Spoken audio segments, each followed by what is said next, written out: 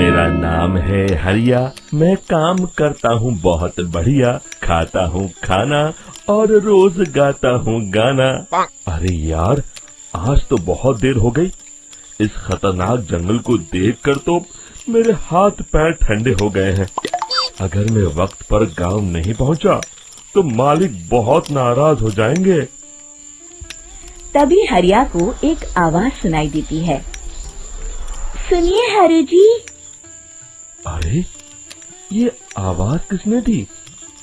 तभी हरिया को सामने कुछ दूर एक औरत खड़ी दिखाई देती है। अरे भाई, ये औरत अकेली इतनी रात को इस जंगल में क्या कर रही है? चलकर पूछना पड़ेगा।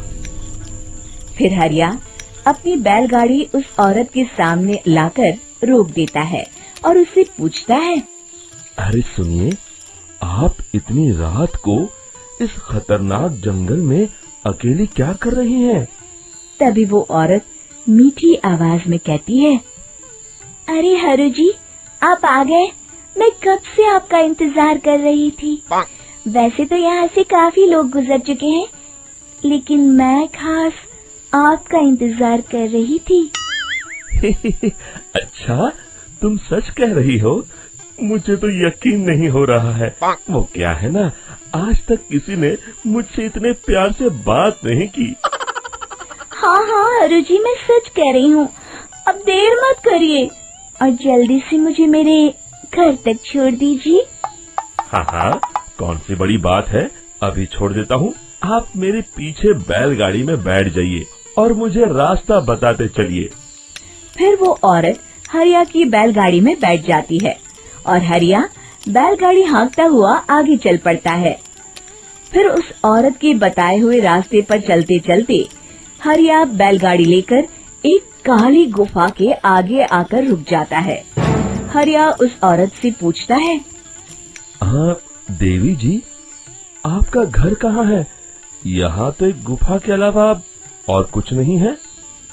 तभी अचानक वो औरत हवा में उड़ने लगती है। देखते ही देखते उसका सुंदर रूप एक डरावनी चुड़ैल में बदल जाता है और वो जोर जोर से हंसती है। अरे तू तो एक नंबर का बेवकूफ निकला। तू तो बड़ी आसानी से मेरी बातों में आ गया। अरे मर गया रे, ये तो एक चुड़ैल है। हे भगवान बचा ले, ये तो बड़ी डरावनी दिखाई दे रही है। और फिर अगले ही पल हरिया की बैलगाड़ी में रखा सारा सामान हवा में उड़ता हुआ उस काली गुफा के अंदर चला जाता है और वो चुड़ैल भी उस गुफा के अंदर जाकर कहीं गायब हो जाती है। हरिया ये नजारा देख बुरी तरह घबरा और परेशान हो जाता है। अरे, ये चुड़ैल तो मेरा सारा सामान लेकर गुफा में गायब हो गई। अब क्या होगा? अगर मैं गांव खाली हाथ गया तो मालिक मेरी अच्छी खबर लेंगे। मेरी इस बात का कोई यकीन भी नहीं करेगा। फिर आखिर वही हुआ। हरिया के मालिक चंपक सेठ को हरिया की किसी भी बात पर रत्ती भर भी यकीन नहीं हुआ।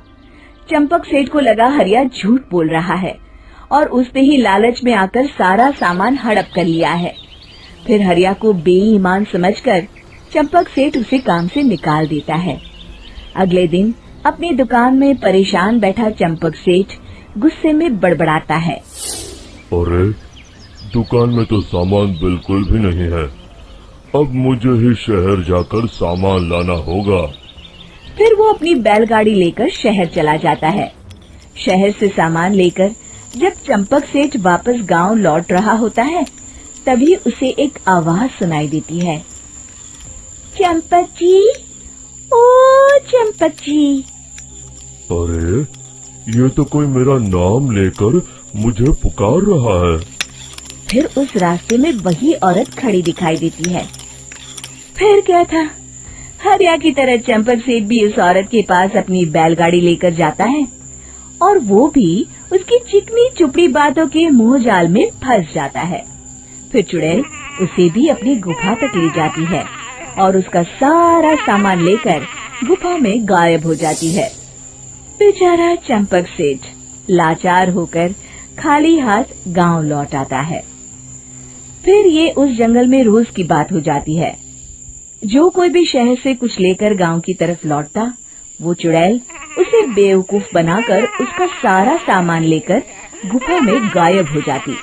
एक दिन हरिया एक लकड़हारे को उसी जंगल की तरफ जाते हुए देखता है।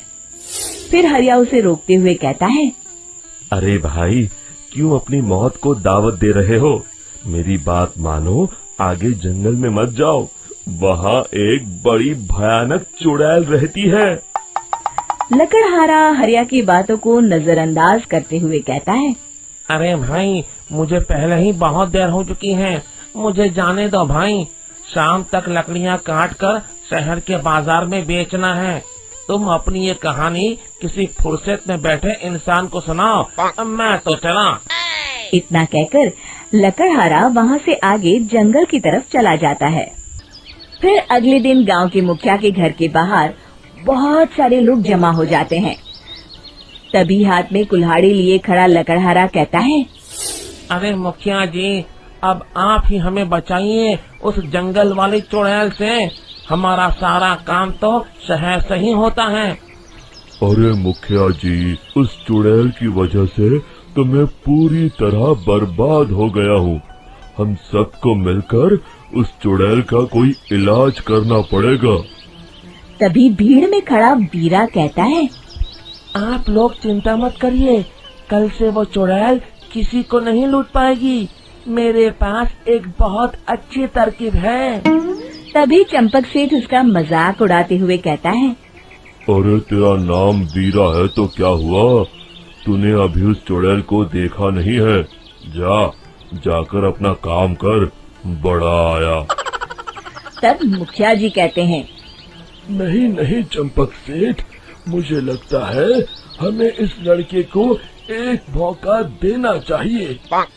फिर सभी गांव वाले मुखिया जी की बातों से सहमत हो जाते हैं और वीरा शाम को एक बैलगाड़ी में कुछ सामान लादकर उस जंगल की ओर चल देता है। वीरा, ओ वीरा, कहाँ जा रहा है? तभी वीरा मुड़ के देखता है, वही चुड़ैल एक औरत के रूप में खड़ी है।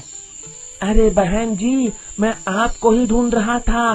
देखिए, मैं आपके लिए क्या लाया हूँ। अरे वाह, तो खुद मेरे लिए इतना सामान लाया है। तू ही अकेला गांव में समझदार है। जरा देखो, मैं भी खोल के, बड़े भूख लगी है। जैसे ही चुड़ैल उस सामान पर से कपड़ा हटाती है, एक भगवान शिव की तेज रोशनी उसके अंदर मूर्ति से निकलती है और चुड़ैल अपने असली रूप में आकर जलने लगती है। अरे मैं जल रही हूँ, बचाओ! बचाओ!